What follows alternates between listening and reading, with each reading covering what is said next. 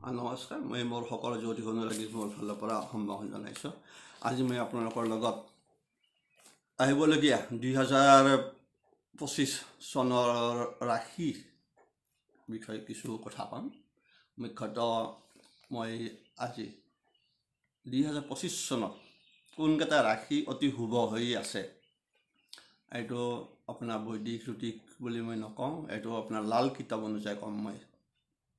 কাৰণ আজিকালি বিশেষকৈ লাল কিতাপৰ ওপৰতো বেছি গুৰুত্ব দি আহিছে বহুত লোকে। আৰু লাল কিতাপ জ্যোতিষৰ এটা অংগ, তথাপি বিচাৰধাৰাটো অকণমান ইফাল সিফাল হৈ থাকে। গতিকে লাল কিতাপ অনুযায়ী লাল কিতাপ বিশেষজ্ঞসকলে কেনেকৈ এই বছৰটো কোন কোন ৰাশিৰ কাৰণে শুভ বুলি চিনাক্ত কৰিছে, সেই বিষয়ে কিছু আপোনালোকক কেইটামান ৰাশি বিশেষকৈ বাছি উলিয়াইছে। সেইকেইটা হ'ল বৃষ ৰাশি, সিংহ ৰাশি, কন্যা, তুলা আৰু বৃশ্চিক ৰাশি। এই 5 ৰাশি জাতক জাতিকাৰ শুভ বুলি সময় অহা বুলি লাল কিতাপ বিশেষজ্ঞসকলে আপোনাৰ কৈছে।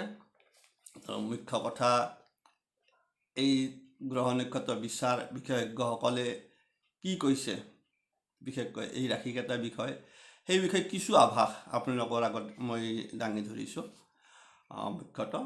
গতিকে প্ৰথম আহক ৰাশি 2025 চনত শুভ ৰাশি হৈ আছে বৃষ ৰাশি।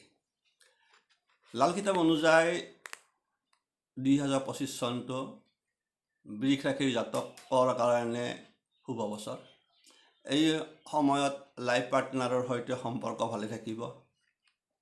সন্তানহীন দম্পতীৰ সন্তান লাভৰ সময়। আৰ্থিকভাৱেও 2025 চন লাভজনক হ'ব বৃষ ৰাশিৰ জাতক জাতিকাৰ বাবে। প্ৰচুৰ সম্পত্তি লাভৰ সুযোগ আহিব আপোনাৰ জীৱনলৈ। লাল কিতাপ অনুযায়ী আপোনালোকক মই দি দিলোঁ। গতিকে গম পালে লাল কিতাপে কি কৈছে। মই আকৌ ৰাশিটো বেলেগকৈ দি দিম, কম যিটো আমাৰ ৰাশিফল এটা আছে বৈদিক, সেইটো মই কৈ দিম বাৰু। এতিয়া লাল কিতাপ অনুযায়ী কৈছোঁ দেই আপোনালোকক। দ্বিতীয়তে লাল কিতাপে চিনাক্ত কৰিছে সিংহ ৰাশিটোক বিশেষজ্ঞসকলে। সিংহ ৰাশিসকলৰ 2025 চনটো সকলো কামতে সফলতা আহিব। সিংহ ৰাশি জাতক জাতিকাসকল, বিশেষকৈ জাতকসকল সকলো ব্যৱসায়ত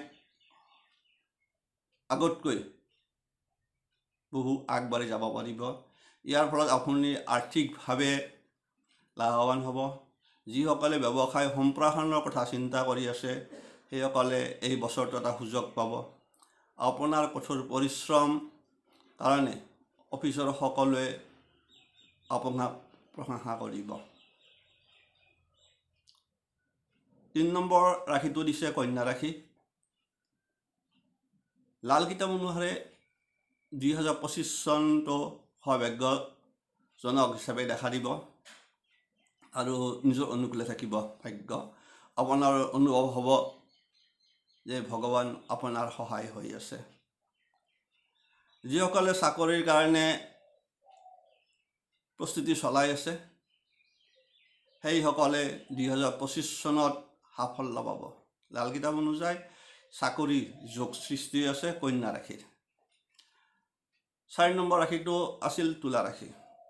লাল কিতাপ অনুযায়ী 2025 চন তুলা ৰাশিৰ বাবে উন্নতিৰ সূচক কাৰক গ্ৰহ, অতি বেঙুনীয়া বছৰ। গতিকে একৰ পৰা এক সুযোগ সুবিধা আপোনাৰ জীৱনলৈ আহিব। কৰ্মক্ষেত্ৰত ক্ষমতা আৰু প্ৰতিপত্তি বাঢ়িব। ব্যৱসায়ীসকলে উন্নতি কৰিব পাৰিব। এই বছৰ আয় বাঢ়িব। ধৰ্মীয় ভ্ৰমণৰ যোগ আছে। লাল কিতাপ অনুযায়ী তুলা ৰাশিৰ এইবাৰ ভাল। বিশেষকৈ কৈছে যিকেইটা ৰাশি শুভ বুলি লাল কিতাপ বিশেষজ্ঞসকলে কৈছে, সেইকেইটা হ'ল এইকেইটা ৰাশি। গতিকে আপোনালোকে জানি থৈ দিয়ক, গতিকে গমেই পালে। এতিয়া আহক নেক্সট 5 নম্বৰ বৃশ্চিক ৰাশি। লাল কিতাপ অনুযায়ী এই বছৰটো বৃশ্চিক ৰাশিৰ কাৰণে শুভ বছৰ বুলি কৈছে। গতিকে এই বছৰত আপোনাৰ মাজত সৃজনশীলতা বৃদ্ধি পাব। অফিচৰ কাম কাজত পজিটিভ এনাৰ্জি লাভ কৰিব। 2025 চনত আপোনাৰ উপাৰ্জন আৰু সঞ্চয়ৰ পৰিমাণ বহু পৰিমাণে বাঢ়িব। থুলমূলকৈ গম পালে, বিশেষকৈ আমাৰ লাল কিতাপ বিশেষজ্ঞসকলে 2025 চনটো কেনেকুৱা হ'ব পাৰে, বিশেষকৈ কোনকেইটা ৰাশিৰ কাৰণে শুভ বুলি ইংগিত কৰিছে গম পালে। এইকেইটা ৰাশি বিশেষকৈ আপোনালোকে গমে পালে, বৃষ ৰাশি, সিংহ ৰাশি, কন্যা, তুলা আৰু বৃশ্চিক ৰাশি। গতিকে কি শুভ ফল সংক্ষেপে আপোনালোকলৈ আগবঢ়ালোঁ। যিসকলে মোৰ অনুৰাগী এই ৰাশিৰ মানুহ আছে, আপোনালোকে জানি থওক এই বছৰটো আপোনালোকৰ কাৰণে শুভ, বিশেষকৈ এই 5টা ৰাশি। নেক্সট মই আপোনালোকৰ লগত আলোচনা কৰি আছোঁ আন এটা 12টা ৰাশিৰ বিষয়। বিশেষকৈ আপোনালোকক মই সম্পূৰ্ণকৈ নকৰিলেও লামচাম আপোনালোকক 12টা ৰাশিৰ বিষয়ে নেক্সট ভিডিঅ'ত কৰি আছোঁ। প্ৰত্যেক দিন দুটা দুটাকৈ কৰি যাম। তাৰপিছত সেই ৰাশিকেইটাৰ ওপৰত আকৌ এটা স্পেচিয়েল হয়তো আপোনাৰ দিব পাৰোঁ। ধৰক কৰ্মক্ষেত্ৰৰ কথা আহি পৰে, সাংসাৰিক জীৱন, স্বাস্থ্য, ঠিক এনেকুৱাকৈ দিব পাৰোঁ যি প্ৰয়োজন হয়। কোনোবাই যদি জানিব বিচাৰে তেতিয়াহ'লে সেইমতে কিছুমান কথা মই আগবঢ়াম। কোনটো বিষয়ে কাৰ কি ইণ্টাৰেষ্ট থাকে, কিন্তু এনে থুলমূলকৈ দি যাম।